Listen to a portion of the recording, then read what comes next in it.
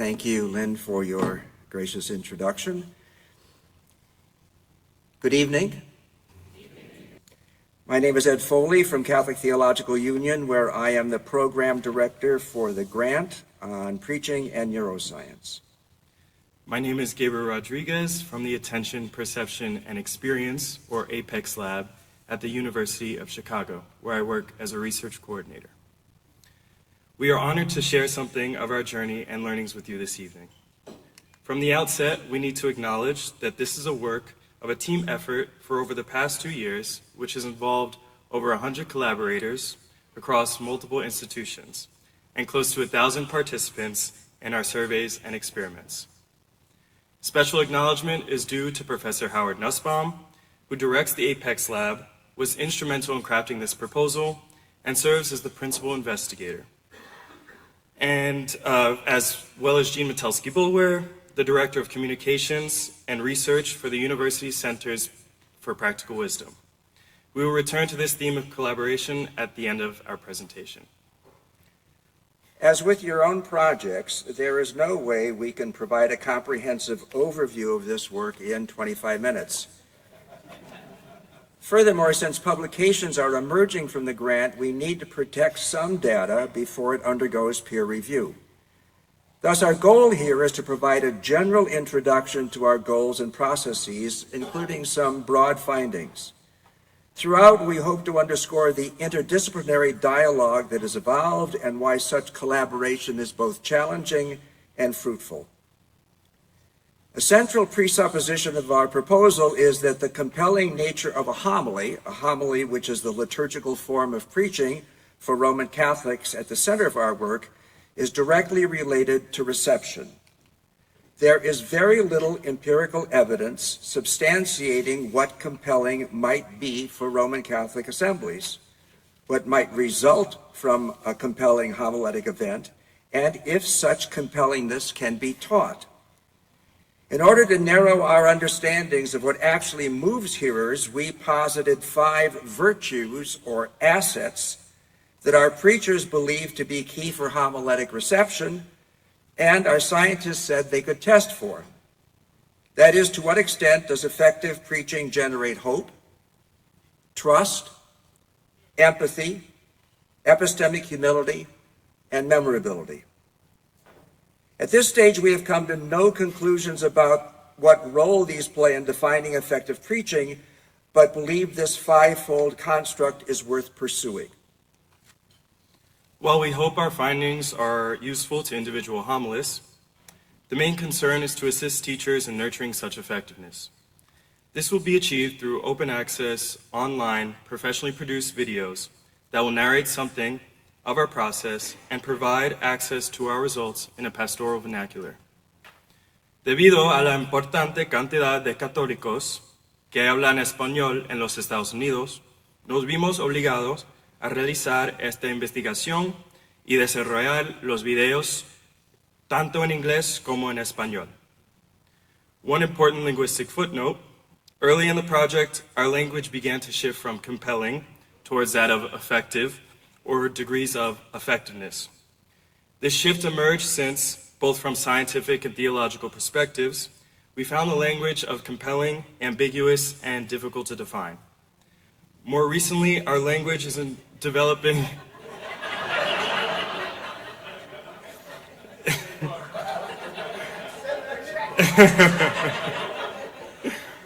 This is not a dialogue. Happy to speak on that more. But because of that, more recently, our language has developed in the direction of wise preaching. So the study is progressing in 3 phases. Phase 1 was designed to determine whether or not people could actually recognize a compelling or effective homily. Phase 2, which turns to a more neurophysiological approach, is designed to discern what the impacts of effective homilies might be and what factors might influence this impact. Phase 3 then hopes to discover to what extent the teaching of more effective homilies might be enhanced through these findings. We are currently about 60% through this 4-year project. So, phase 1. In order to achieve our first goal of determining whether or not people could actually recognize a compelling or more effective homily, the program director curated 20 homilies in English, 10 classified as more effective and 10 as less effective. We then assembled a college of English-speaking reviewers recruited as Roman Catholic experts in homiletics. Expert reviewers were necessary to assess the program director's initial appraisals of the homilies. The Apex team then developed a digital questionnaire of 31 Likert scale items based on evaluation chart from the program director's preaching syllabus with one additional response item. Over a 6-month period, each reviewer was sent 4 homilies, 2 from the more effective and 2 from the less effective list, although they were unaware of this design, so they were unaware of which homily was which. The responses showed high degree of agreement by the experts with the program director's original categorizations of the more or less effective homilies. One caution here is that this agreement in ratings does not automatically imply agreement in the why of such ratings. We are hoping for more clarity about that in phase 2. A parallel, though slightly modified process was employed with non-experts. University of Chicago students recruited through SONA, a system universities employ to facilitate student research participation, and others recruited through the online research platform Prolific, as well as undergraduate and graduate students at Oregon State University, facilitated by Professor Jason Stornelli of that university, who is participating in this research. Some of these participants reviewed 2 homilies, as did the experts, but some only 1. The participants in the original phase of this work totaled 503. The number is expanding as new partners from Oregon State and now the University of Notre Dame are joining in the study. Non-expert opinions were important for validating our baseline standard for more effective homilies. Variables in terms of gender, religious affiliation, ethnicity, and age were documented. While this data largely confirmed the expert opinions on what was more or less compelling, it also revealed some important nuances. English and Spanish-speaking experts were 95% Roman Catholic. Non-expert subjects, however, self-identified as Roman Catholic, Christian, or non-Christian. This combination proved some intriguing data, demonstrating a significant difference in the average compelling score between Christians and non-Christians. Christians generally rated homilies as more compelling compared to non-Christians. It was an early opinion of our researchers that a more refined understanding of compelling characteristics might help preachers develop homilies that engage a broader audience than their own religious tradition. Attention to responses from non-Christian listeners has become an intriguing new development in the project. When caution about this data is that a large portion of these participants are students, which are not the usual populations of most of our assemblies. The second caution is that the homilies being evaluated have been extracted from the larger liturgical settings. 2 notable findings emerged at this stage. First, there appeared to be no difference in rating the homilies whether participants received only an audio version or an audio-visual version of the homilies. Because of that early finding, the project now only employs audio versions of the homilies. Second, some experiments involve participants with only a single homily, listening to that, rather than 2 for assessment. The consistent evidence is that evaluating a single homily for effectiveness was much more difficult than when participants were provided with 2 homilies to compare. So once there was sufficient data from English language experts and non-expert participants, the study with the Spanish language experts and non-experts se puso en marcha a toda velocidad.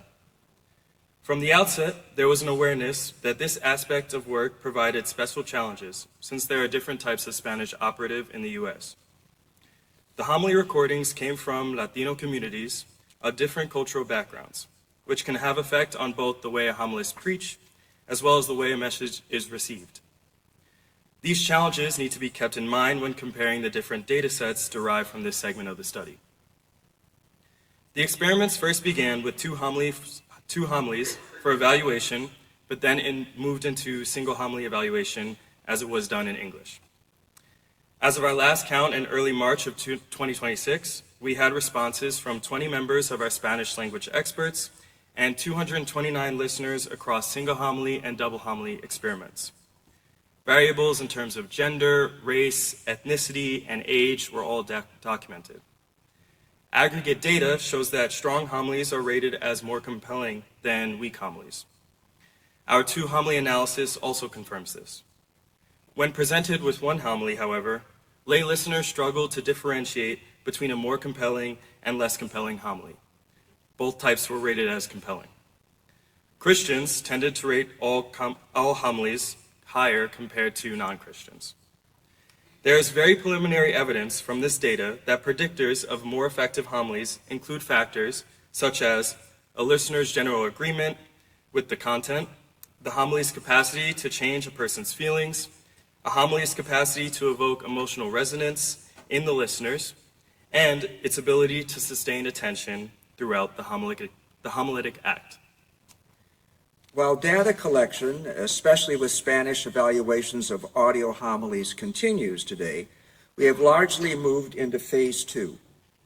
This is possible because phase 1 confirmed that English and Spanish language experts and amateurs can agree on which homilies are effective. So the question, is there such a thing as a scientifically verifiable effective homily, has been answered in the affirmative. Consequently, we are now moving into new questions regarding the impact of effective homilies and what factors influence that impact. To answer that, we are now focusing on more neurophysiological experiments. These experiments employ essentially the same stimuli, the audio recordings of homilies in English and Spanish, and will complement our previous findings with a new layer of detail for us to analyze. This is critical because we learn things from behavioral measures which report what homilists or what listeners think as questionnaires do. There it is. So the behavioral measures that reporting what listeners think about such as questionnaires is very different from what we learn from the physiological measurements beyond a listener's awareness, such as heart rate and pupillary dilation. Acquiring such information through neural measures, such as which area of someone's brain is responding to a homily, allows us to relate this to other studies, for example, those which examine the nature of narrative understanding.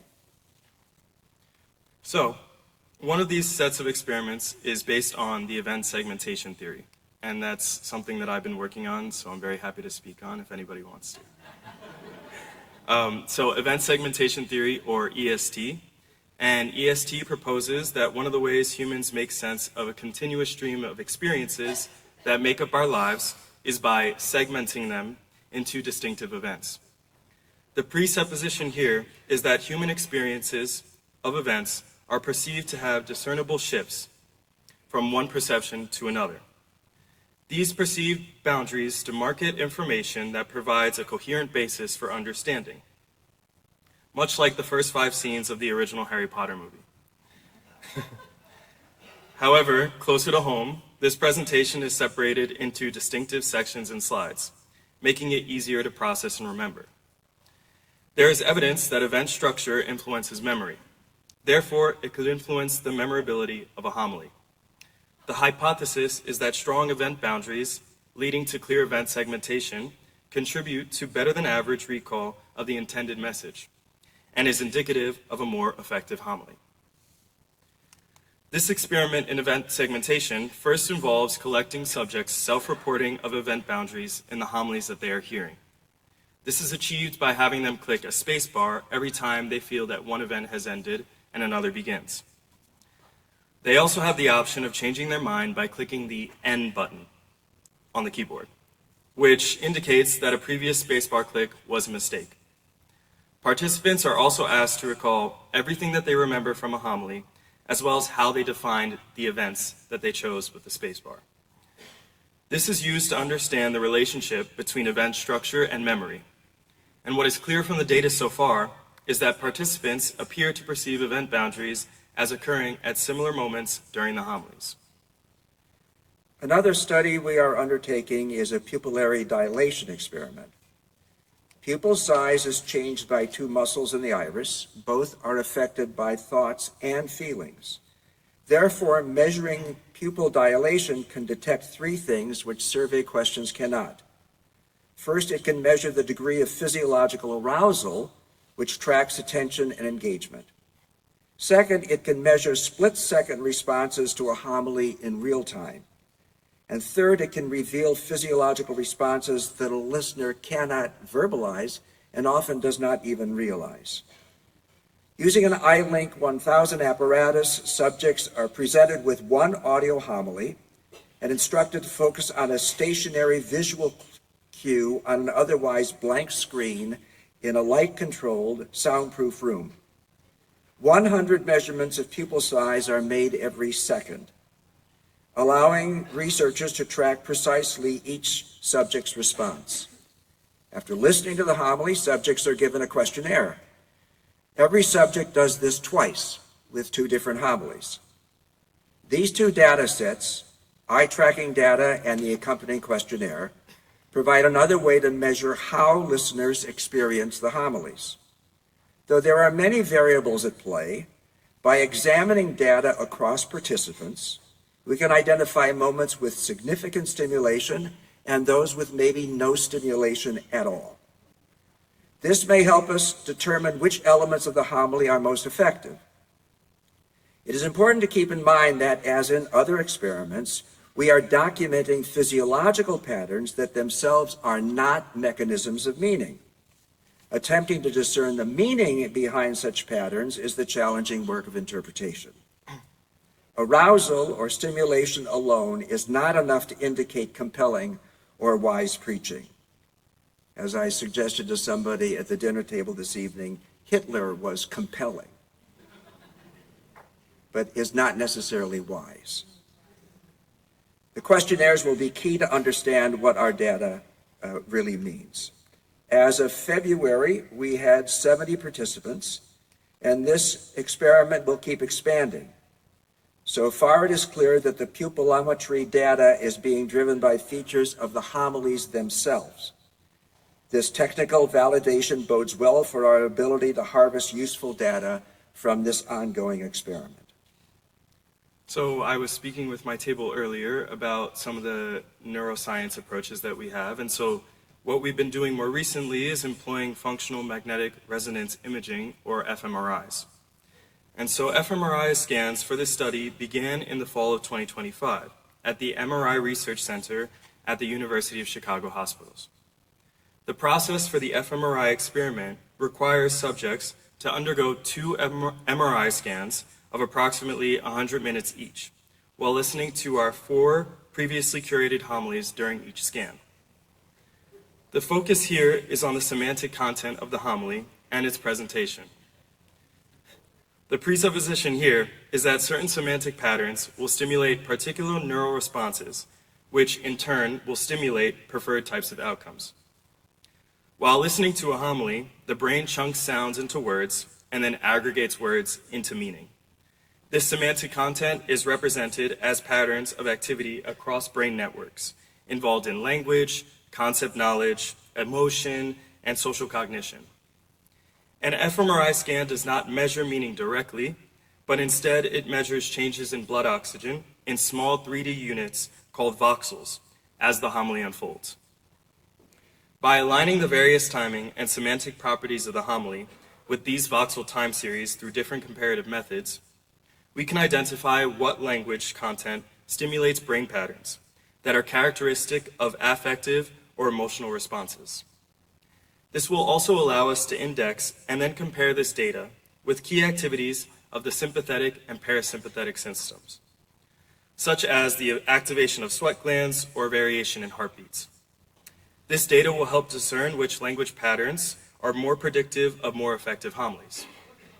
Because of the time commitment on fMRI studies, as well as their unusual expense, the subject pool for this facet of the project will be quite modest compared to the other studies.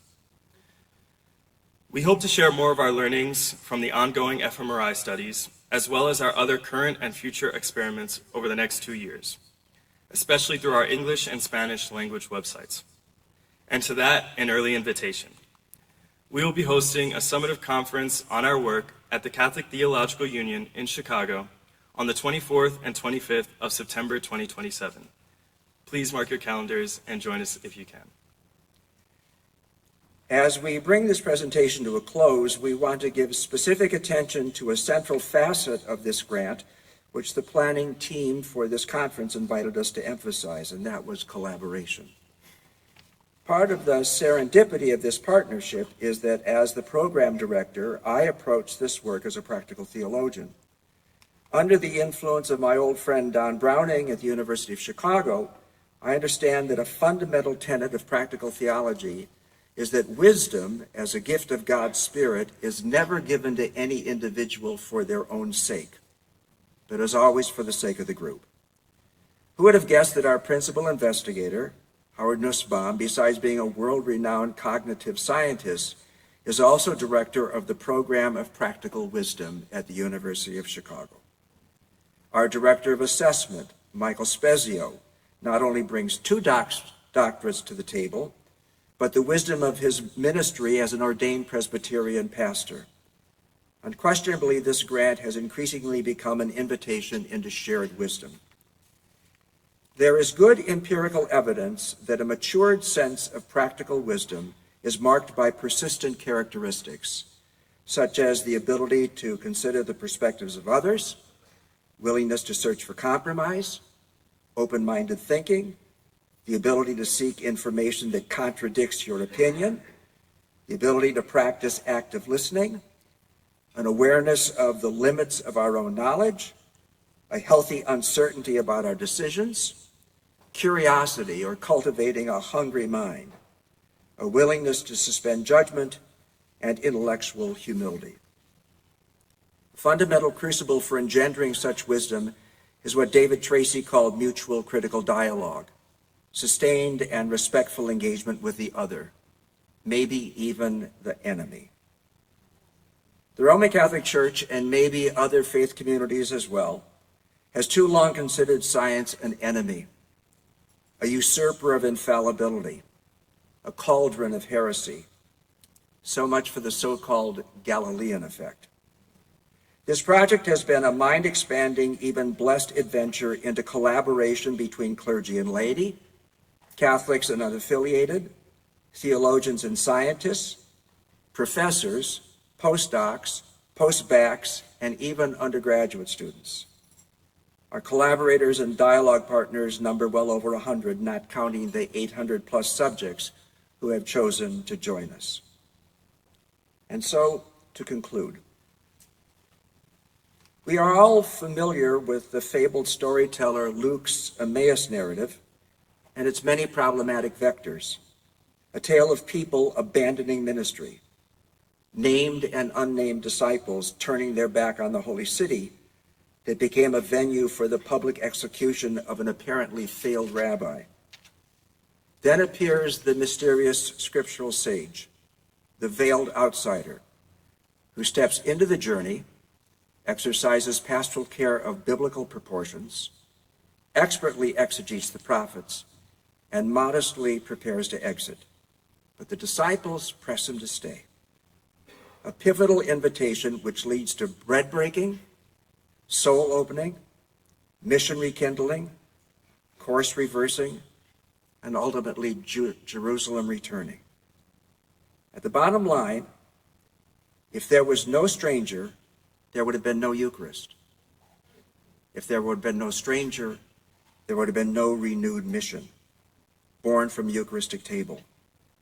Communion without the stranger separates itself from the Jesus narrative.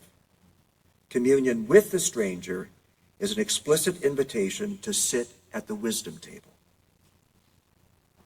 Many in this room, as others have previously noted, as at the outset of previous such conferences, arrive as strangers to each other. Some of us still are. Beyond these 3 days, however, we might also be strangers to hidden collaborators, lurking companions, even reluctant colleagues. whose distance from our projects has the potential for diminishment of both them and us. Thus, for all of us, our homiletic Emmaus walk continues. Wherever you are on your journey, we wish you companions, thoughtful and disruptive, revelations, holy, unsettling, and restorative, and a sure hope that the word once infleshed in history will inhabit every fiber of your work for the glory of God and the raising up of every child of creation through Christ our Lord, and the church says, Amen. Thank you for your attention.